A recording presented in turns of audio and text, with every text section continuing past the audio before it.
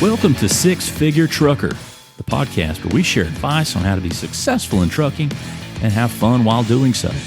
We'll share stories, news, and advice on how to earn six figures in trucking, and we'll speak to guys and gals that are already doing so. Let's get to the show. Hello, everyone, and welcome to the Six Figure Trucker, brought to you by Norton Transport.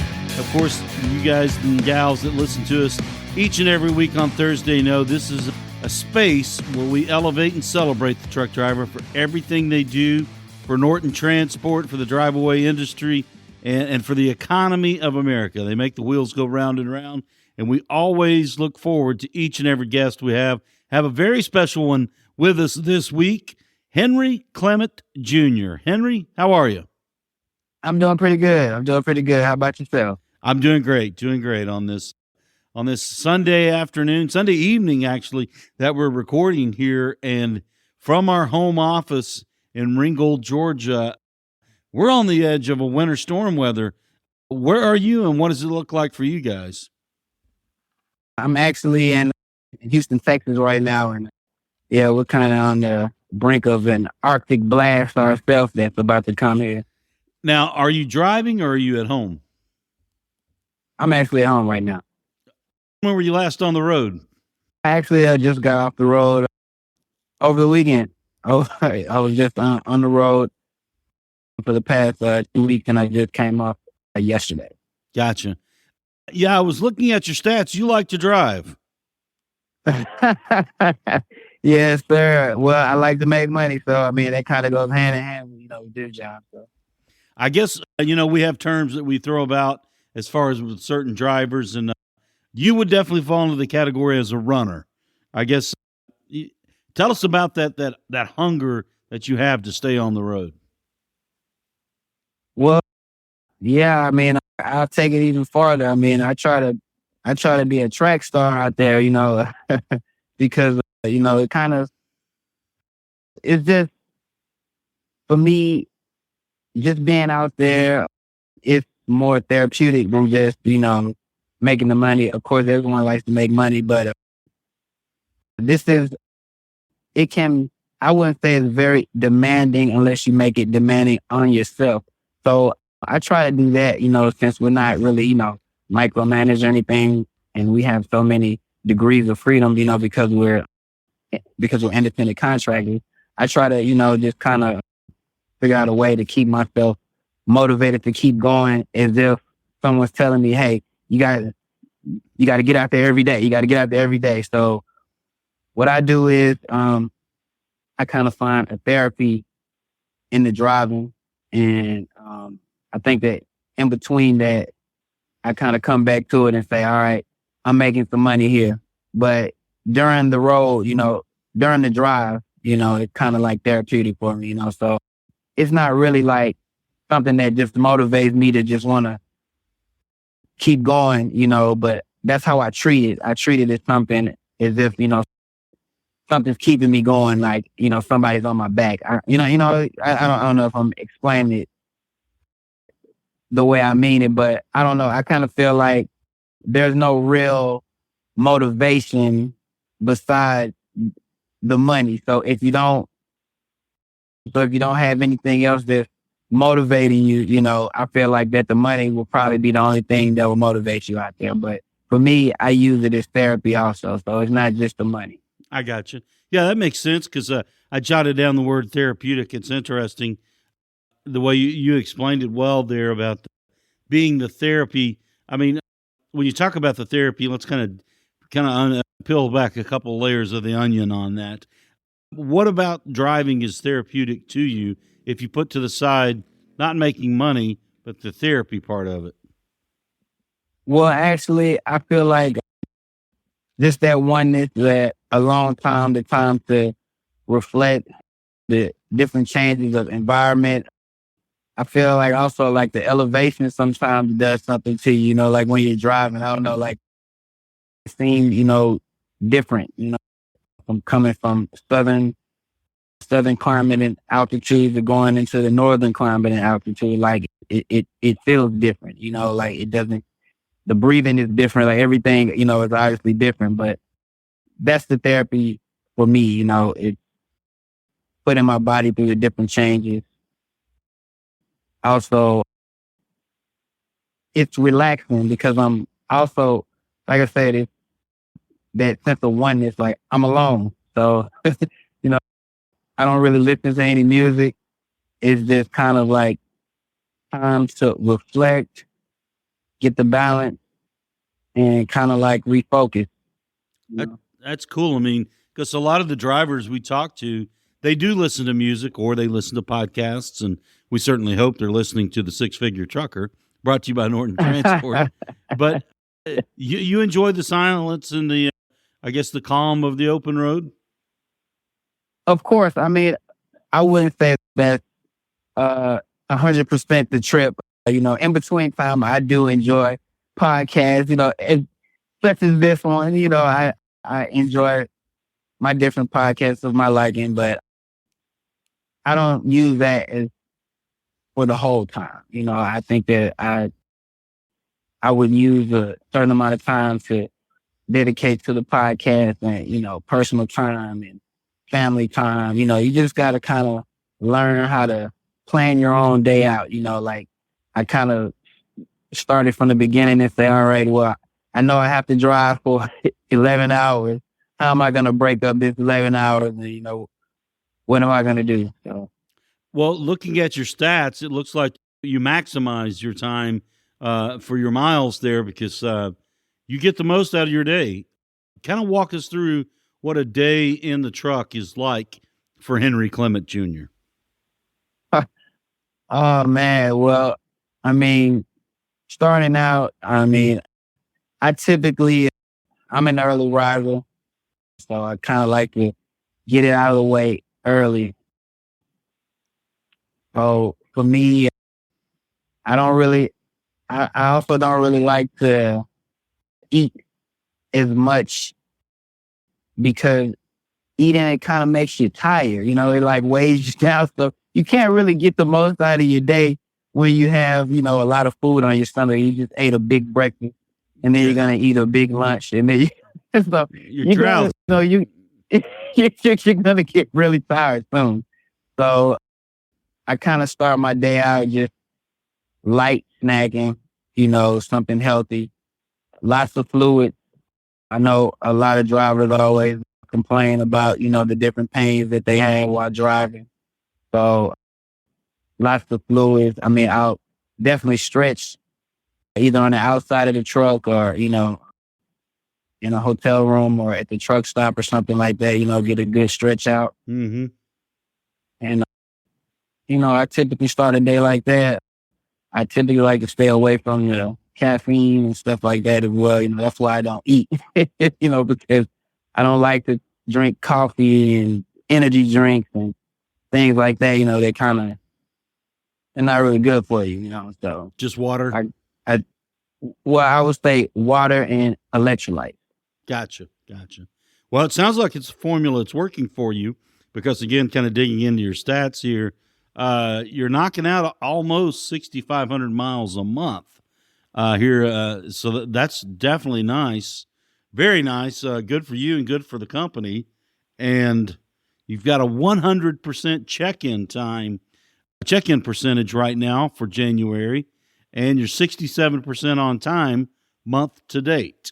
Now, are they things that you pay attention to as far as the performance statistics? Well, actually, I feel like an athlete when one of the reporters are reading off the stats. You know what I mean? They're like, "Hey, you just shot 60% and all that," But uh, but no, actually, I don't really pay attention to stuff like that. I kind of feel like that's just like the work ethic. So some things are just expected, and I don't really. I'm not, as the athletes would say, stat padding. Mm-hmm. Right. I feel like that just kind of goes along with the work ethic. So you do the best you can. Yeah, exactly. Now, when's your next run? Actually, I'm not up for anything right now. I'm enjoying the holiday. And I'll pick it up. I'll probably pick it back up next week sometime. That's a very good point. MLK Day will be tomorrow as we're recording here. And how will it be dignified and celebrated and honored there in Houston? Are you going to any ceremonies, or how will you be celebrating it? Well, I'll probably be doing it in my home because, like I said, we're expecting that cold weather coming in, like that cold front coming in tonight. So I don't think Houston is one of these cities where if it's not heat, we're not prepared for it. So no one's gonna understand, like this type of freezer hasn't came. I don't even know when the last time it has. So no one's gonna be moving. I don't think anyone's doing anything. If they have a parade or anything like that, I believe it'll be short lived because people are gonna be so cold. Everyone's gonna be trying to be inside the house. Gotcha. Now, Henry, you're 38 years old. Tomorrow is Martin Luther King Jr. holiday. What he stood for, the changes he made, the bravery he had, the things he stood up. What does it mean to you, MLK? Well, I mean, it really means a lot. Going across the board, it allowed for, I feel, everyone to be able to share a diverse outlook for a better life, So for me, I don't feel like it was a problem for a certain time period. Well, I'm sorry, I feel like it was a problem for a certain time period, but I feel like the message has kind of permeated into the future generation. So looking across, you can kind of see a more diverse palette, instead of how it could have been. So I feel like for me, that's the best thing to come out of the message and what resonates with everyone, because I don't think that the holiday is an exclusive holiday. Everyone celebrates it because everyone can relate to the message in some way, because it should apply to your life. Absolutely. Should apply to everyone. For being 38 years old, I guess the civil rights movement would have happened more, I guess, with your parents. They would have been impacted by it more. But you were talking about how it permeates even today. What do you think has been the lasting legacy of MLK? Well, I feel like that what we've seen figures such as President Obama, some of the members of Congress, it's like I said earlier, it's been the diversity of the world, I feel like, is the biggest part of the legacy. I got you. Yeah, I got you. Because now I feel like that it's a reminder for everyone, because even if it's for a day, it should be taken from that day until the next Martin Luther King Day, so, it should just keep going for the whole year, not just for the day. But I feel like that the lasting part of his legacy was to be able to actually be able to hold platforms like this, and you can speak to whoever you would like to speak with. You know what I mean? Like, it's not an exclusive, that's part of the legacy. So, I mean, I wouldn't hold it just to maybe one specific thing. I can name countless things that the legacy of Martin Luther King has touched. Well said, brother. Well said. We're on the eve of Martin Luther King I'm sitting here at my house recording this on the day before MLK, watching the playoffs right now. And I have to ask you, as we speak, Green Bay is hammering Dallas in Dallas, but you live in Houston. Are you a Texans fan? Well, you know what? I've actually been a Texans fan since the Texans came to Houston. And yes, I am a Texans fan, and I'm pretty proud of my Texans right now. How about C.J. Stroud in the game he had yesterday? Oh yeah, it was amazing. I mean, the one thing I can say is, regardless of how cold it is, I believe that if the Texans are winning, everyone's gonna be outside and happy. I'm sorry. I mean, it's just one of those things. So, you know. As the Texans go, so the city goes? Yes, sir. I mean, that's how it's always been. I'm fortunate to be old enough, but still young enough to remember when they had the Oilers here. And, you know, that everyone was so upset when we didn't have a team for so long. And then, you know, when the Texans came back, it's like, oh, the Texans, yeah, like, you know, it's like, we're back. You know, everyone got this camaraderie back again. So it kind of brought the city back together. Gotcha. You're listening to Henry Clement Jr. here on the Six Figure Trucker, brought to you by Norton Transport. We've talked about a few things off the road about MLK, a little bit about football, but want to take it back to the road here. Now, Henry has many qualifications that he has met. We checked him out as far as his background. You can drive a right-hand drive truck. Have you driven many right-hand drive? We should note before we go any further, Henry, even in addition to having all these qualifications, he's a non-CDL driver, but a very qualified non-CDL driver. Tell us about the right-hand drive, first of all. I guess that would be maybe a step van or a postal truck, something like that you may have driven right-hand drive? Yeah, it was delivering one of those postal vehicles, and I was like, oh, gee, what am I supposed to do with this? But yeah, I've had a little experience in driving those, and yeah, it's pretty weird.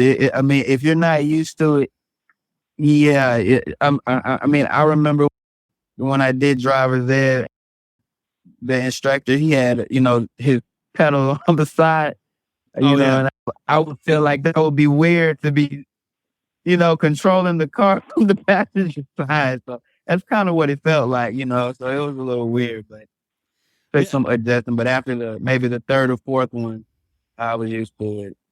Yeah, tell us, kind of describe it from a driver's perspective, particularly for those out there, drivers who have not driven right-hand drive. What are some of the differences? I mean, I guess it's orientation, road placement. I mean, what's the most challenging thing about stepping in and driving a right-hand drive vehicle?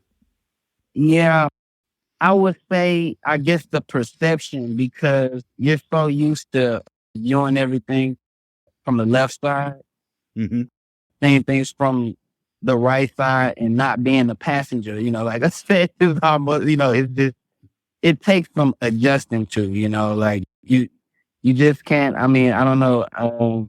I feel like in other countries, they're on the right side because they're doing everything on the right side.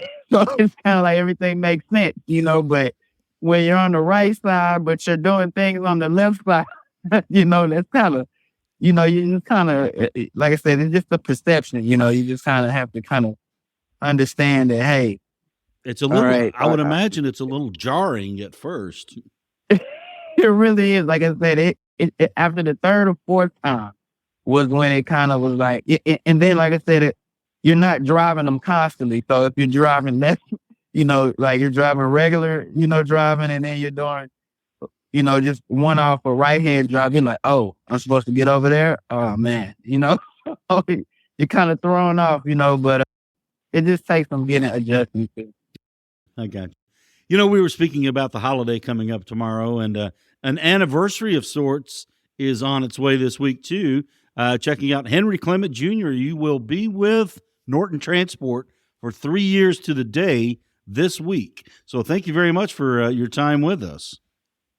No problem. I mean, I've enjoyed my tenure with the company. I mean, I have had pleasant interactions with everyone, and this is the first company, first Driveaway company that I work for that has this big billboard, and I'm like, hey, I work for those guys. So that was cool to see. And yeah, I was going to say, how does that make you feel to know you're a part of the team? Oh man, it's amazing. And let me rephrase that for all of my independent contractors who may be listening. I work with you guys. Right. Very well said. I know exactly what you're saying there. What's it like being an independent contractor? I mean, for you, you got to manage your affairs. What's it like being an IC? Well, I mean, you got to understand that you are your own business. I am my own one-man Norton Transport, so I have to operate as such, and that holds a lot of responsibility, So I say that to say being an independent contractor and, being a regular employee, it holds a lot of weight, and a lot of people aren't prepared for that, because like I said, it does come with a lot. Sure. We're in the dead of winter now, and we have heard a lot of stories on this format here, the Six Figure Trucker, brought to you by Norton Transport, of drivers and dealing with wintertime driving, and particularly not knowing exactly where you're going to go. But of course, you plan it out and you do have a good grasp of where you're going and the weather that's coming. Being a non-CDL driver, say you're in a box truck, those can get light. They can get tossed around in the wind, the winter winds. Have you had any scary situations out there driving in winter conditions? Actually, I'm glad you said that because I just had one. So I was coming, this was about 3 weeks ago. I was coming from Colorado, and, it had just snowed and everything like that. So, I'm always aware that I don't know how any of those drivers, how they think about this, but from my experience, when it's freshly snowing, like it's a dry road, dry conditions the previous day, and let's say today is the fresh snow, those are safer. That road and those driving conditions are safer than the next day after the snow. When you get I don't know how. Yeah, I mean, you've had the experience. Right. I mean, I would say because the next day, if it's continuously snowing, that snow has set on the road. And even if they salted it and, did whatever, plowed it, it still has now settled on top of the road. And it's still freezing. I got you. And so now it's gonna be, even if it's not fresh snow coming on top of it, from it sitting there freezing on the road, it's gonna be way slicker than it was yesterday, So that's kind of like how I gauge things, In the wintertime, I'm constantly looking at the weather. But I digress. I'll go back to the story. So I was coming from Colorado, and like I said, I was going into Kansas now. So, and I've never had a problem with ice on the bridge. I always see the signs that say, hey, the road on the bridge may ice before the road, so But I've never had a problem. Yeah, I've never had a problem. But this time, I guess this was the lesson. So it was was it nighttime? It was close to nighttime actually. Yeah, it was close to nighttime. So I could see probably I could see a little well, but not too well. So I'm driving and I finally get to the bridge.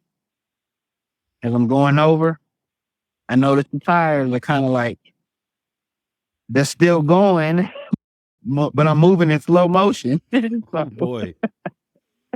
What was that like? So, well,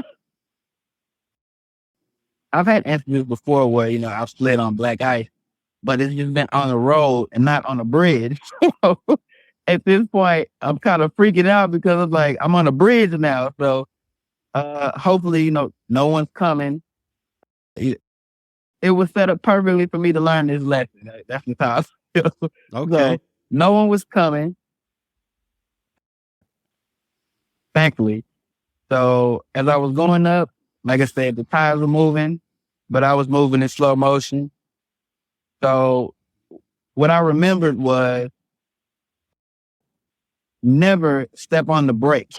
Oh yeah. You don't want to do that. So that's one thing that I didn't do. But I kind of just let it see what it was going to do. And then I took control from there. And then I hit the gas and it kind of, the traction kind of straightened itself out a little bit. And then, it just wobbled back straight and I was okay.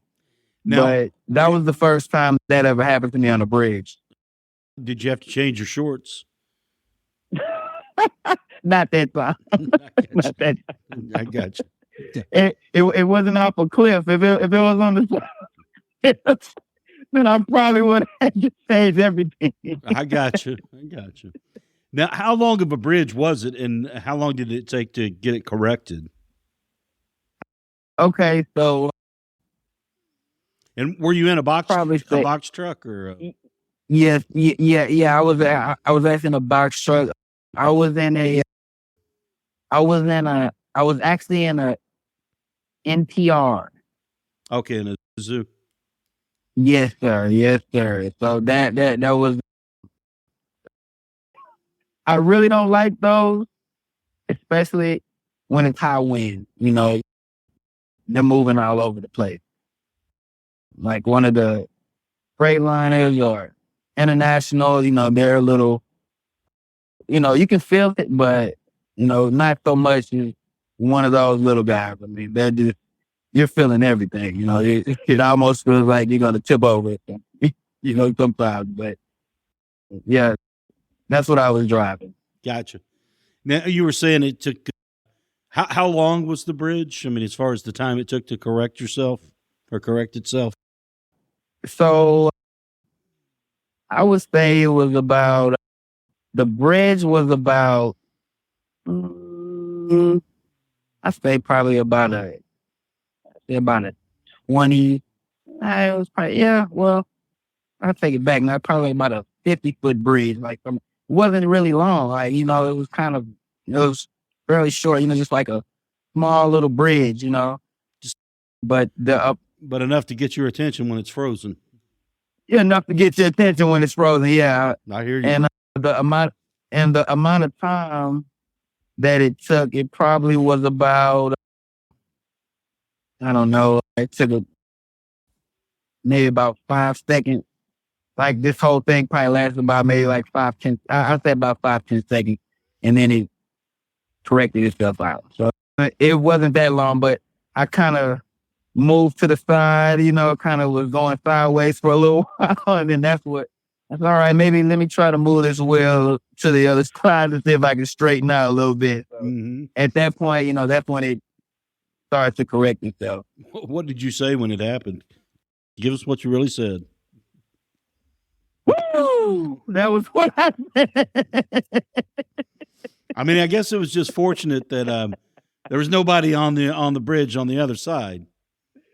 Yeah, I mean, that was, it wasn't like, one of those things where someone was coming. But yeah, if it was something opposing, they probably would have panicked because the way I was, I was in the center. It was no way. They would have had to do something crazy to avoid me. So, you know, Gotcha. But you can look back at it now. We can laugh about it, and it's another tool in the toolbox of being a professional driver. I guess when it's wintertime conditions, you'll be out again in the winter. You'll go across the bridge in the winter. How will you approach it differently? oh sure, oh man. I mean, this isn't my first. Like I say, I've been driving for a while, so this for sure wasn't my first experience in this cold. I mean, I had one experience where I was driving and I was actually I was in a vehicle. I was actually transporting just cars at this point.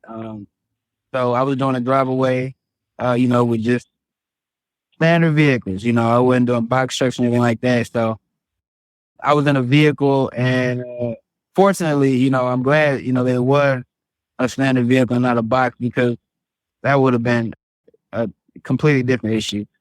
But I was driving, and I was like, hey, I had a broken wiper. I was driving up in the Dakotas, and it gets really. I don't know how people move, but this is part of the thing that helped me to know how to move throughout the seasons. I know to stay low during the winter time, and I'll come up to the north and visit a little bit in the summertime because it's bearable. Mm-hmm. But so I like I said, I just happened to be in the Dakotas, and this was in the wintertime. Maybe it probably was somewhere around this time, maybe. Anyway, I had a bad wiper blade. The blade was gone completely, and I didn't even notice that during my pre-trip. Right. So that was a strike against me. You know what I mean? Like that was really my fault. Because if I would have taken care of that initially, then I wouldn't have had to go through what I'm about to tell you. So I'm going throughout the trip, and I tell myself, I'm like, hey, everything's cool. I'm like, well, I'm missing a wiper. I'll be fine as long as it don't start raining. I would say probably about a minute and a half after I said that, it started raining. And I'm not talking about like just a drizzle. I mean, cats and dogs raining I'm talking about. And I didn't even tell you that the blade that was missing was on the driver's side. So it wasn't the passenger side blade. No, so I have a driver's side blade that's missing. And it's just the arm that's just moving. It's just, the passenger side is going, and the driver's side is just going, but nothing's happening. So I'm leaning on the passenger side here, trying to kind of get a clear vision, because I'm like, I have to get to somewhere to safe, because I'm just like in the middle of nowhere here. So I'm just like, I have to get to somewhere safe where I can pull over. So things are, not looking so up, but it's not looking so bad either. So I say to myself, hey, it's not so bad. At least it's not snowing. Exactly. Well, guess what? Oh, no. About 5 minutes into the trip, it started snowing. You've gone from bad to So now worse. there's ice. On the thing now. And it's not just water anymore. Now it's ice. It's snowing. I'm like, oh my God, man, this is horrible. I'm going to have to stop eventually. So not a lot of places to stop in the Dakotas, though. It wasn't a lot of places. Luckily, the Driveaway that I was working with, they were able to get in contact with a dealership that I was able to make it to through the snow to get the wipers replaced. Wow. Yeah, that's You've had some winter woes, if you will. Yeah, to say the least, yes, sir. I'm sure, though, it's made you a better driver. Absolutely. Absolutely. Absolutely. I mean, I pay a lot of attention to things like pre-trip inspection now. Like, it's very important. You check very important. I'm sure you check those wipers now. That's the first thing I'm checking. Well, yes, sir. Now, Henry, we know that you're going to celebrate MLK Day tomorrow. What's your next load looking like? Have you looked at the board yet, or you're going to take it as it comes? You know what? I haven't looked. I've been seeing some interesting loads that are going to British Columbia and Canada area and stuff like that. You know, I'm like, man, it's too cold for that. But other than that, I mean, yeah, I'm just going to take it how it comes, man, you know. Are you going to stay in the warmer climates, given what we've just talked about? I try to stay in a certain region, you know, for different seasons. So, you know, I would say springtime, summertime, I'm open to go anywhere, you know. But when it gets to too hot, then I'm going to come up a little bit, you know. But when it gets too cold, I'm definitely coming down some. You know, I think there are more hazardous conditions in the cold weather than there are in the hot weather. I mean, obviously, the only thing I would think that, you know, you would have to be concerned with, you know, now is vehicle overheating and stuff like that. But I mean, as far as, you know, you yourself, I mean, as long as the AC's working, you should be fine, you know. But when it gets cold, hey, you can have that heater on, and those layers of clothes feel like it's still not enough sometimes, you know. So. Well, Henry, certainly enjoy you being with us on the Six Figure Trucker, brought to you by Norton Transport. Thanks for the stories you've shared with us and the insight, the wisdom. We certainly appreciate it. And the last thing I was going to say is stay warm, stay cozy, and stay safe. Yes, sir. I appreciate you guys. Thank you. Again, Henry Clement Jr. on the Six Figure Trucker, brought to you by Norton Transport. Henry, anything you want to say last? Well, yeah, I would definitely like to give a special thanks and shout out to my team. And also, I would like to tell all of my independent contractors out there, guys, be safe, be smart, and you guys be aware. And I appreciate what you guys are doing. All right. Thank you very much, Henry Clement Jr. And we will join you guys all next week. Six Figure Trucker is brought to you by Norton Transport. Norton Transport is a drive-away trucking company that customers can rely on. It offers excellent independent contract driving opportunities to professional, courteous, and qualified drivers that can provide the kind of service we deliver. If you're interested in learning more about Norton or just want to subscribe to the show, check out 6-figuretrucker.com. That's 6-figuretrucker.com.